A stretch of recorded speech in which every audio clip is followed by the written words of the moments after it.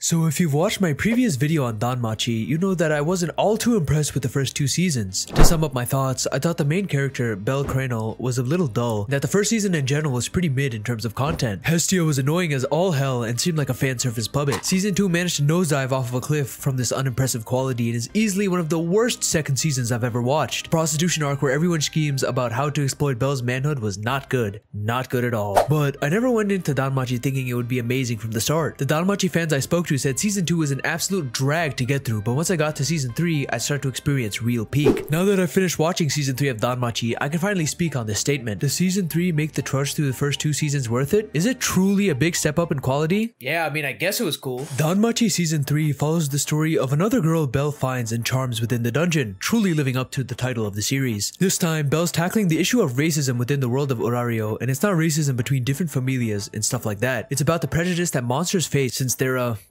murdered by adventurers all the time. You might be thinking, isn't that the whole point of the dungeon? To go and slay monsters and get money from doing it? How could you even incorporate racism into that? That's like having an arc about deer facing racism from hunters. Well, not all monsters within the labyrinth are born equal. Although most of them are mindless creatures that try to kill adventurers, Belle stumbles across a monster that's different from the rest. A speaking fucking dragon girl named Vine, who's of course being hunted down due to the fact that she's a monster. Belle, being the good boyo that he is, wants to save her after seeing the pitiful state she was in. After all, she seems to be a poor, innocent monster girl that's constantly being hunted by the big bad adventurers due to her status as a monster. She even went out of her way to save someone, but was still attacked anyways because of her appearance. Thankfully for Vine, she's not alone, and we're introduced to a group of intelligent, speaking monsters called the Xenos, who seem to be fighting for their lives within the depths of the dungeon. Their dream is to simply learn and live with humans, which would sound preposterous to any god or goddess especially, since they've been feuding with monsters for literal eternity. Hestia wouldn't be so foolish as to accept their seemingly blasphemous request. Actually, she would. She's pretty dumb. But there's another, much more important god who realizes that fulfilling this request is important. The god who serves as the head of the guild that basically runs the dungeon, Oranos. Oranos asks the Hestia family to protect the Xenos from poachers, more specifically poachers under a familia of a twisted god named Ikelos, who is so trash that they didn't even bother giving him a half-unique design. The head of these poachers is a fella named Dix, who can go eat a bag of dicks. This dude is cartoonishly evil, like a side villain from a monster hunting anime from the 90s kinda evil. He sucks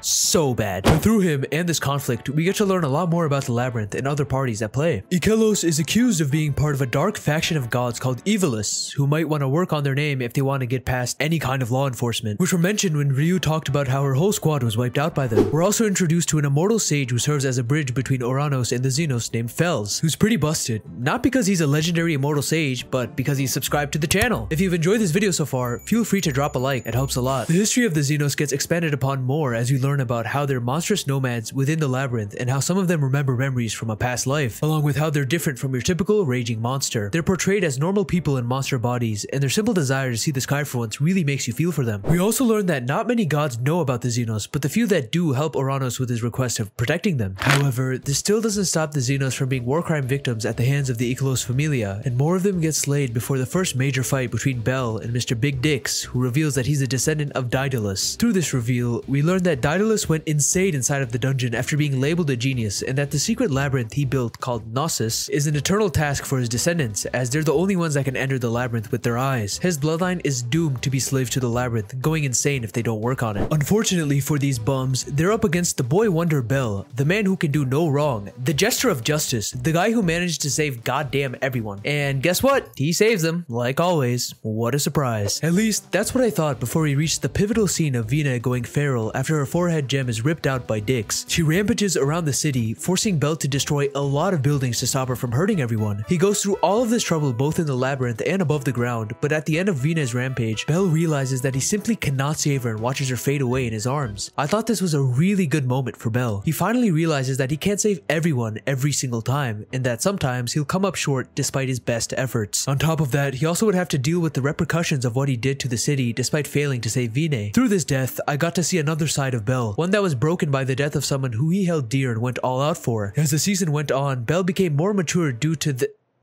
Fells? What are you doing? What's that light?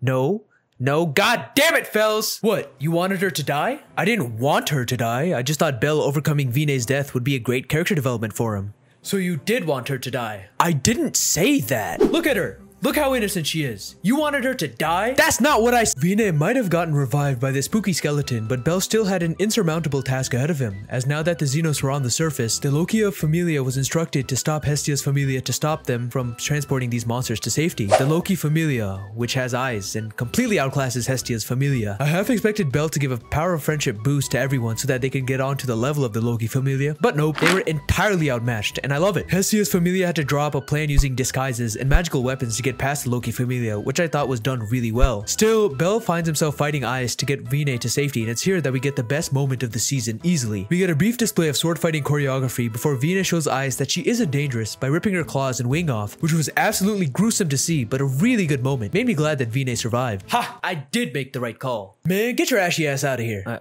I don't have any skin. My fault. Even after all that, Bell has to go up against the powerful Minotaur who he had fought before in past seasons, as he needed to redeem his reputation in the city as a hero. During all of this, there were multiple gods scheming in the background, from Uranus to Hermes to Freya, and the culmination of all of it at the end of the season was great. Hermes seemingly played Hestia's family like a fiddle and set Bell up to kill the Xenos to get his reputation back, just for him to be played by Freya, who helped save Bell's reputation by forcing him to fight Asterius, which she helped create, while the other Xenos escaped. Due to this, we got to see a fantastic moment from Bell where he defies the will of the gods, and we get another Zeus tidbit from him, which makes me very much excited for his eventual backstory. Although I hadn't really rated Bell too highly before, I liked this moment a lot from him, and it was truly in line with his character and destiny to be a true hero. On top of that, he also ended up getting his ass kicked by Asterius, which was an unexpected L, but a welcome one at that. I'm looking forward to seeing how Bell learns from this loss in season 4, and if it's handled right, I might start liking him even more. Overall, I enjoyed season 3 of Danmachi. It's the best season I've seen of it so far, from the story to even the production itself. Season 2 didn't look very good a lot of the time, but there was genuinely a lot of good stuff in season 3, from fight choreography to generally stronger corrections compared to the last season. If they keep increasing this quality, both adaptation and story-wise, then I'm in for an absolute feast in season 4.